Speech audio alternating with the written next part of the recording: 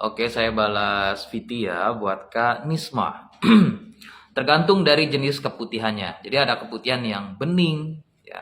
Keputihannya dia bening, tidak bau, kemudian tidak dirasa apapun, tapi keputihannya banyak. Ya, intinya bening. Dan ini biasanya terjadi pada wanita yang kadang masih gadis pun mengalami keluhan tersebut.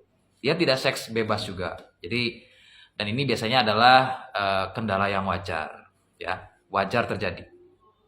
Jadi beberapa wanita ada yang mengalami keluhan seperti itu.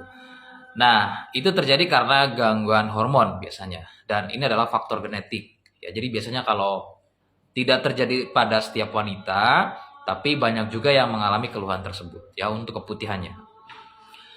Dan ini adapun kalau misalnya keputihannya jenisnya lain, kayak contoh misalnya keputihannya berbau, sudah mulai ada bau. Nah, ini bermasalah. Apakah dia punya keluhan jamur misalnya? Mungkin bisa jadi ya. Kemudian ada lagi yang sampai berwarna. Ya, jadi tidak hanya berbau, tapi dia juga sekarang berwarna, ada berwarna kuning, kehijauan. Nah, ini biasanya tidak hanya jamur, tapi ada kemungkinan dia juga mengalami keluhan eh, tidak hanya jamur tapi bakteri seperti bakteri sipilis atau juga gonor ya. Kemudian ada juga yang mengalami pendarahan. Nah, ini yang lebih berbahaya lagi. Jadi ternyata dia mengalami virus juga. Ya, nah virus ini biasanya virus HPV yang kemudian sudah ada yang namanya gejala kanker serviks atau CA cervix ya. Nah, untuk stadiumnya itu tergantung nanti mungkin harus pap smear dulu, harus diketahui dulu dengan cara pap smear atau tes IVA untuk mengetahuinya kalau misalnya sudah terjadi pendarahan.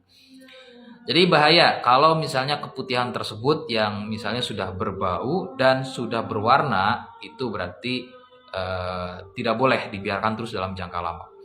Adapun kalau misalnya keputihannya bening, ya, tidak berbau dan meskipun banyak kondisinya itu tidak masalah. Ya, dibiarkan aja, nanti juga dia nanti akan sembuh dengan sendirinya. Jadi itu proses alamiah tubuh untuk mengeluarkan sejenis plak-plak atau kotoran ya.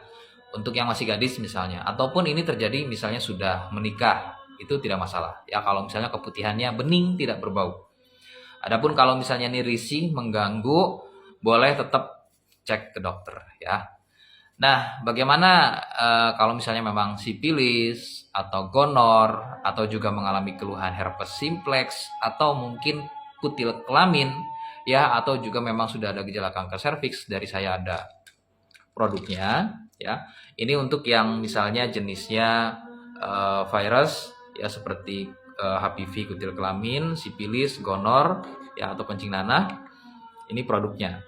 Namun untuk yang misalnya sudah keluhannya sudah serviks ya atau sudah ada gejala kanker serviks, produknya beda lagi yaitu Sirsak dan Tipogel. Nah, bagaimana cara pesannya? Silahkan bisa komentar di video ini, boleh DM atau boleh stay live ya. Saya live di TikToknya, nama TikToknya adalah Admin Denatur Indonesia. Saya tegaskan, nama TikToknya adalah Admin Denatur Indonesia. Terima kasih. Assalamualaikum.